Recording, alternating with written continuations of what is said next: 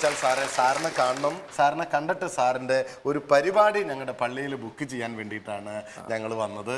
പരിപാടിയൊക്കെ നമ്മൾ ഇതല്ലാത്ത ആവശ്യമില്ല, നിങ്ങളൊന്ന് വിളിച്ചു പറഞ്ഞാൽ മതിയായിരുന്നു. എന്നാൽ ഞാൻ അങ്ങനെയല്ല, ഇടവക യോഗത്തിന്റെ ഒരു തീരുമാനം എന്ന് പറയുന്നത് സാറിനെ നേരിട്ട് കണ്ട് ആ ഡേറ്റ് ഒക്കെ ഒന്ന് ഫിക്സ് ചെയ്തിട്ട് സാറിന് അഡ്വാൻസും കൊടുത്ത് ഇവിടുന്ന് പോകണം. അതാണ് അച്ചോ. ഒറ്റ മിനിറ്റ്, ഞാൻ ഇതൊന്ന് ഹാൻഡിൽ ചെയ്തോട്ടെ. എല്ലാവരും ഒന്ന് സഹകരിക്കണം. പറഞ്ഞു. അതെന്താണെന്നറിയോ, ഇപ്പൊ ഞങ്ങൾ ഇത് വെക്കാൻ തന്നെ കാരണം കഴിഞ്ഞ പ്രാവശ്യം ഞങ്ങളൊരു ബൈബിൾ ഡ്രാമ കളിച്ചു. അതിലൊരു ഡ്രാക്കുള വന്നപ്പോ അവൻ തറപ്പായമ തട്ടി വീഴാൻ പോയി. വീഴാൻ പോകുന്നൊക്കെ നാടകത്തിൽ സർവ്വസാധാരണ. നാടൻ പൊളിയേണ്ട കാര്യമുണ്ടോ? ഈ തട്ടി വീഴാൻ പോയപ്പോ അവൻ കർത്താവേ എന്ന് വിളിച്ചു. ഡ്രാക്കുള കർത്താവെന്ന് വിളിച്ചാൽ പിന്നെ പണി വരുന്നു. അതുകൊണ്ട് ഇടവക അംഗങ്ങളുടെ പരിപാടി വേണ്ട. നമ്മൾ കാര്യങ്ങൾ തീരുമാനിച്ച യൂത്ത് ഒന്നടങ്കം, വനിതകൾ ഒന്നടങ്കം സാറ് വേണം എന്നൊരു തീരുമാനം അവിടെ എടുത്തു. സാറിന് നേരിട്ട് കണ്ടു വന്ന് അഡ്വാൻസ് കൊണ്ട് കൊടുത്ത് ബുക്ക് ചെയ്ത് അച്ഛൻ വന്നാ മതി. കുഴപ്പമില്ല കുഴപ്പമില്ല, അത് നമുക്ക് വേണേ ആലോചിക്കാവുന്ന. ഞാൻ പരിപാടി ചെയ്യാം, നമ്മുടെ ഷോ ചെയ്യാൻ. 14 എങ്ങനെ?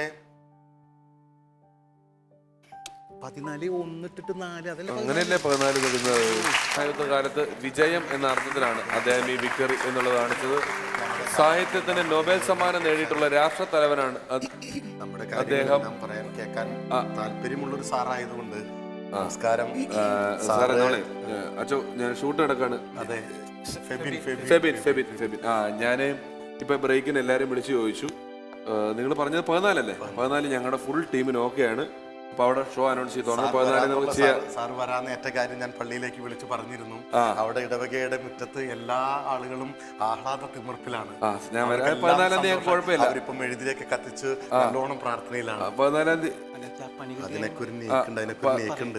പക്ഷെ ഒരു ചെറിയൊരു മിസ്റ്റേക്ക് സംഭവിച്ച കാര്യം ഞാൻ സാറിന്റെ ശ്രദ്ധയിലൊന്ന് പെടുത്തുക.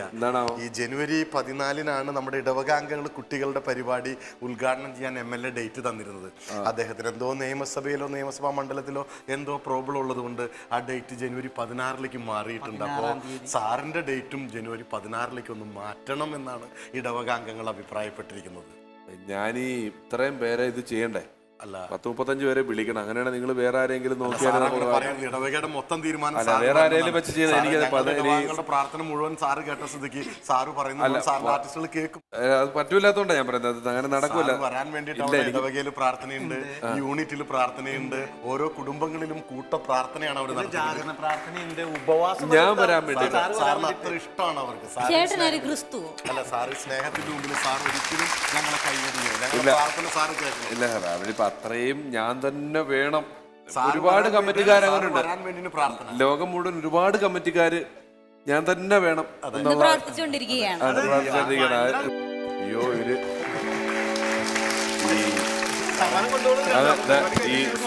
ഇദ്ദേഹത്തിനും കൂടെ സമ്മാനം കൊടുക്കാനുണ്ട്. ഇവര് നമ്മുടെ മത്സരത്തിൽ ഇന്നത്തെ വിജയ് പുള്ളിയാണ് കേട്ടോ. അച്ഛൻ പുള്ളിയെ ഒന്ന് അനുഗ്രഹിച്ചേക്കണം. എന്റെ ഷോ തന്നെ വേണമെന്ന് വാശി പിടിക്കുന്ന സംഘാടകരാണ്. പറയുന്നുണ്ടായിരുന്നു. അവിടെ ഇടവകയിൽ ഇപ്പോ പടക്കമൊക്കെ പൊട്ടിച്ചു തുടങ്ങി സാറേ. അവിടെ പെരുന്നാൾ ഇപ്പോഴേ ആഘോഷിച്ച് തുടങ്ങിയോ? ജനുവരി 16 നിങ്ങളുടെ പള്ളിയിൽ എന്റെ ഷോ. അത് കൊടുത്തോളൂ. അച്ഛന് കൊടുക്കണം, നമുക്ക് രണ്ടുപേർക്ക് ഒരുമിച്ച് കൊടുക്കാം. ഇത് ചെറിയൊരു അഡ്വാൻസ്. അപ്പൊ നമ്മള് പ്രസ്സിൽ നോട്ടീസ് എല്ലാം അടിക്കണം. അപ്പൊ എന്താണ് നമ്മൾ നോട്ടീസിൽ വെക്കേണ്ടത്? ഒന്നും വേണ്ട, രമേശ് പിഷാരടി നയിക്കുന്ന മെഗാ ഷോ എന്ന് വെച്ചാൽ മതി. ആര്? രമേശ് പിഷാരടി നയിക്കുന്ന. അവനൊന്നും വേണ്ട, അവൻ വേണ്ട. ഞങ്ങൾക്ക് ഈ കോട്ടയം നസീർ, ഈ സാറ് തന്നെ മതി.